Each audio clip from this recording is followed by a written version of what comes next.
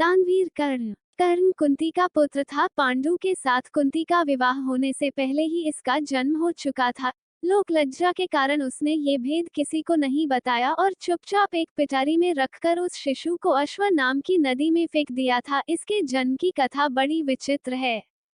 राजा कुंतीभोज ने कुंती को पाल पोस कर बड़ा किया था। राजा के यहाँ एक बार महर्षि दुर्वासा आए, कुंती से उनका बड़ा सत्कार किया और जब तक वे ठहरे उन्हीं की सेवा शुश्रूषा में रही। इसकी इस श्रद्धा भक्ति से प्रसन्न होकर महर्षि ने उसे वार दिया कि वह जिस देवता को मंत्र पढ़कर बुलाएगी वही आ जाएगा और उसको संतान भी प्रदान करेगा। कुंती ने नादानी के कारण महर्षि के वरदान की परीक्षा लेने के लिए सूर्य नारायण का आवाहन किया। बीएस उसी क्षण सूर्यदेव वहां आ गए। उन्हीं के सहवास के कारण कुंती के गर्भ से कर्ण का जन्म हुआ। जब पिटारी में रखकर इस शिशु को उसने फेंक दिया तो वह पिटारी बहती हुई आगे पहुंची। वहां अधीर्थ ने कौतूहलवश उसे उठा लिया और खोलकर देख तो उसमें एक जीवित शिशु देखकर वह आश्चर्य करने लगा। अधीर्थ उस शिशु की निरीह अवस्था पर करुणा करके उसे अपने घर ले आया और उसका पालन पोषण करने लगा। उसने उसे अपनी संतान समझा। बालक के शरीर पर कवच कुंडल देखकर उसको और भी अधिक आश्चर्य हुआ और तभी उसे लगा कि वह बालक कोई होनहार राजकुमार है। उसने उसका नाम वसुसेन रखा। वसु का अर्थ है धन। कवच कुंडल रूपी धन उसके पास था। विधाता ने ही उसको इसे दिया था, इसलिए उसका नाम वसुसेन उचित ही था। वसुसेन जब कुछ बड़ा हुआ तो उसने शास्त्रों का अध्ययन करना आरंभ कर दिया।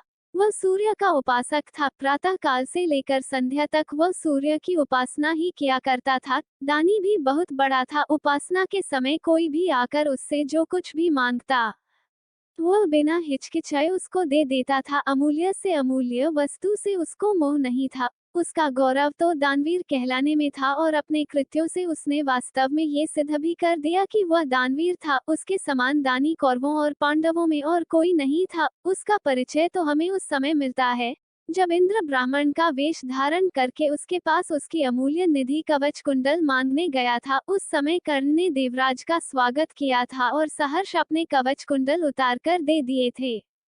दान करते समय अपने हित या अहित विचार वह नहीं करता था। यद्यपि सूर्य भगवान पहले उसे मना कर चुके थे कि वह इन कवच कुंडलों को किसी को भी न दे, लेकिन दानवीर कर्ण किसी याचक को निराश करके वापस लौटाना तो जानता ही नहीं था। कर्ण के इस साहस के कारण ही उसका नाम वैकर्तन पड़ा था। यदि इस कवच कुंडलों को वह नहीं देता तो कोई भी योद्धा उसे युद्ध में परास्त नहीं कर सकता था। इंद्र ने अर्जुन के हित के लिए ही इनको मांगा था, क्योंकि इनके बिना अर्जुन कभी भी उसे नहीं हरा सकता था। फिर भी उसके इस अद्वितीय गुण से प्रभावित होकर इंद्र ने उसको एक पुरुषघातिनी अमोघ शक्ति दी। उस शक्ति से सामने का योद्धा किसी भी हालत में जीवित नहीं बच सकता था और उसको कर्ण ने अर्जुन के लिए रखा था।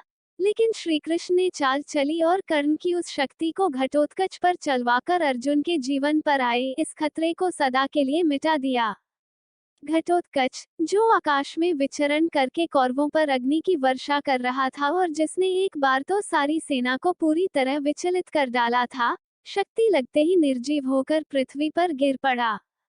धनुर्विद्या में कर्ण अर्जुन के समान ही कुशल था। एक बार जब महाराज धृतराष्ट्र की आज्ञा से कौरव पांडवों की अस्त्र शिक्षा की परीक्षा के लिए एक समारोह किया गया था, तो अर्जुन ने अपने अस्त्र शिक्षा के कौशल से सबको चकित कर दिया था। उसने ऐसी ऐसी क्रियाएं कर दिखाई थी कि किसी भी योद्धा की हिम्मत नहीं होती थी कि उसका जवाब दे सके। एक विजेता की तरह के कौशल दिखाकर वह प्रशंसा लूट रहा था। दुर्योधन उस समय हतप्रभ सा होकर चुपचाप बैठा था। अर्जुन का सा कौशल दिखाना उसके सामर्थ्य के भी बाहर था। उसी समय कर्ण वहां आ पहुंचा और उसने मैदान में आकर अर्जुन को ललकारा, अर्जुन, जिस कौशल के बल पर तू यहाँ सबको चकित कर रहा है और सभी से प्रशंसा लूट रहा है, उसे मैं भी करके दिखा सकता हूँ।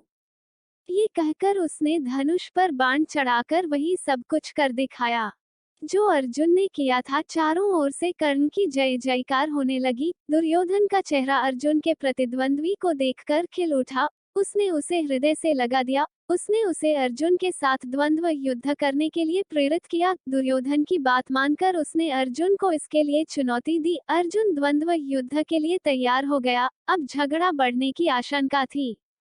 इसलिए कृपाचार्य ने बीच में हस्तक्षेप करते हुए कहा कि राजकुमार के साथ राजकुमार का ही द्वंद्व युद्ध हो सकता है। चूंकि कर्ण सूत के द्वारा पाले हुए हैं, इसलिए इनके गोत्र कुल आदि का ठीक ठीक पता न होने के कारण इनको अर्जुन से द्वंद्व युद्ध करने का अधिकार नहीं है।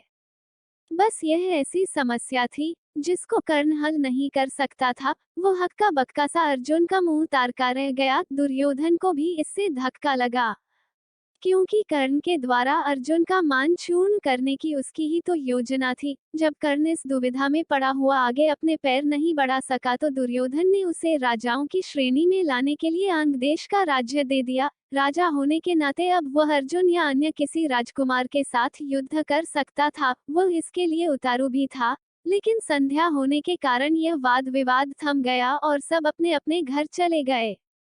बस फिर जीवन में सदा ही कर्ण अर्जुन से प्रतिद्वंद्वी के रूप में मिला। अर्जुन से ही उसकी विशेष रूप से शत्रुता थी। वह उसकी प्रसिद्धि को सह नहीं सकता था। अनेक स्थलों पर वह अर्जुन के सामने आया, लेकिन अपना कुल गोत्र न बता सकने के कारण उसे सामने से हटना पड़ा। वह सूत पुत्र कहलाता था, क्योंकि सूत ने ही उसको पाला था। इसी कारण द्रौपदी के स्वयंवर में भी घूमती मछली की आंख बेधने की सामर्थ्य रखते हुए भी उसको अवसर नहीं दिया गया।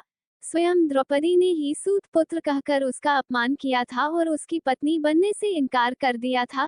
सूत पुत्र को क्षत्रिय कन्या का वरण करने का अधिकार नहीं है। ये शब्द शूल की तरह उसके हृदय में चुभ गए थे और वो लहू के घूंट पीकर अपने स्थान पर आ बैठा था। लेकिन द्रौपदी के प्रति उसकी घृणा इतनी बढ़ गई थी कि भरी सभा में शासन ने द्रौपदी को नंगा करना चाहा था, तो उसने इसका तनिक भी विरोध नहीं किया था, बल्कि द्रौपदी की हंसी उसने लड़ाई थी।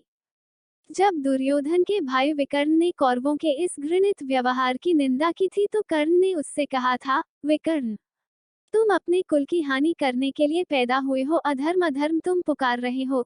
द्रौपदी के साथ जो भी व्यवहार किया जा रहा है वह ठीक है। वह दासी है और दासी के ऊपर स्वामी का पूरा अधिकार होता है। ये कहकर उसने द्रौपदी के द्वारा किए अपने अपमान का बदला चुकाया था। उस समय उसका हृदय पत्थर की तरह कठोर हो गया था। जैसे भी बन पड़ा उसने द्रौपदी का अपमान किया, उसे 5 पुरुषों की व्यभिचारिणी स्त्री कहा और हर तरह से उसे धिक्कारा। उस समय प्रतिशोध की आग में जलते हुए उसने उचित अनुचित का विचार बिल्कुल छोड़ दिया। द्रौपदी को नंगी देखने और दिखाने की उसकी इच्छा थी। इससे स्पष्ट होता है कि कर्ण प्रतिशोध की भावना के आगे सत्य, न्याय और धर्म की भावना को पूरी तरह भूल जाता था। यह उसके चरित्र की दुर्बलता ही है।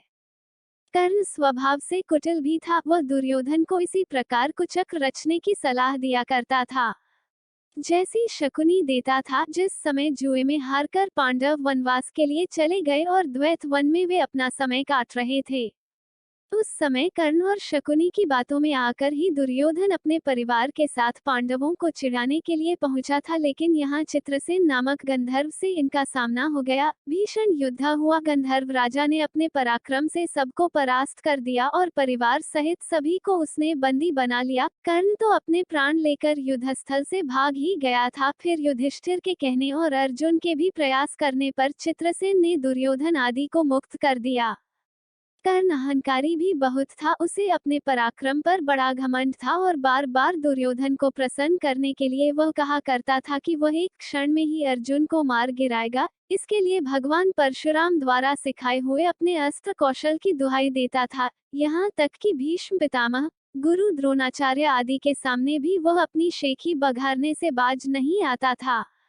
एक दिन पितामह से न रहा गया। उन्होंने इसे फटकारते हुए कहा, दुरभिमानी कर्ण, व्यर्थ की बात क्यों किया करता है। खांडव दाह के समय श्री कृष्ण और अर्जुन ने जो वीरता प्रकट की थी, उसको याद करके तुझे लज्जित होना चाहिए। क्या तू श्री कृष्ण को साधारण व्यक्ति समझता है? वे अपने चक्र से तेरी उस अमोघ शक्ति को खंड खंड कर देंगे। व्यर्थ दंभ करना एक सच्चे वीर का गुण नहीं है।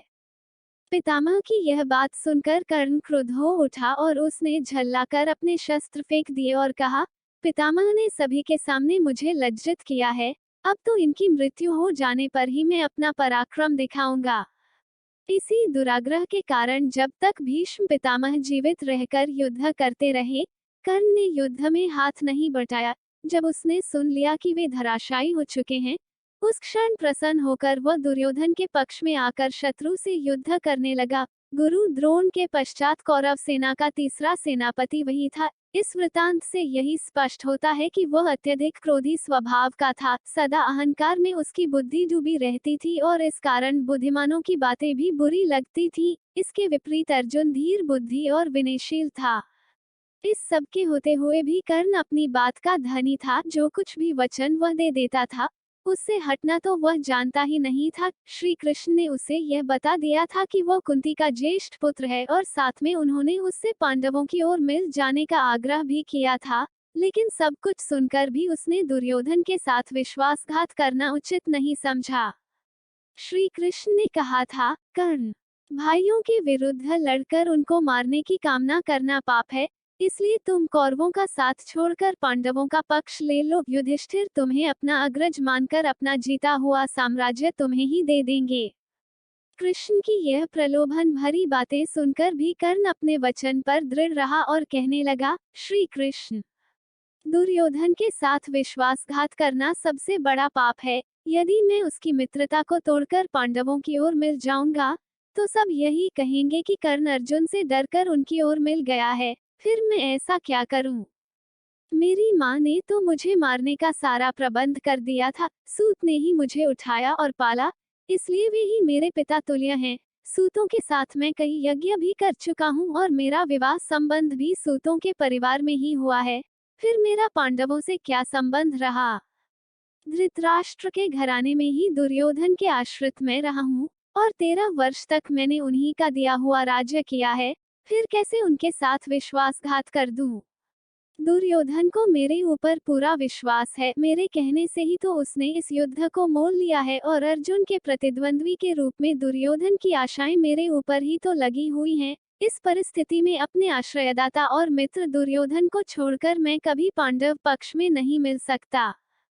फिर यदि एक बार मैं मिल भी गया तो युधिष्ठिर जो राज्य मुझे देगा उसे अपने वचन के अनुसार मुझे दुर्योधन को देना होगा। इससे तो पांडवों का सारा प्रयत्न ही निष्फल चला जाएगा। ये सभी कुछ सोच विचार कर मैं निश्चय पूर्वक कहता हूँ कि मैं मित्र दुर्योधन का साथ छोड़कर और किसी पक्ष में नहीं मिल सकता।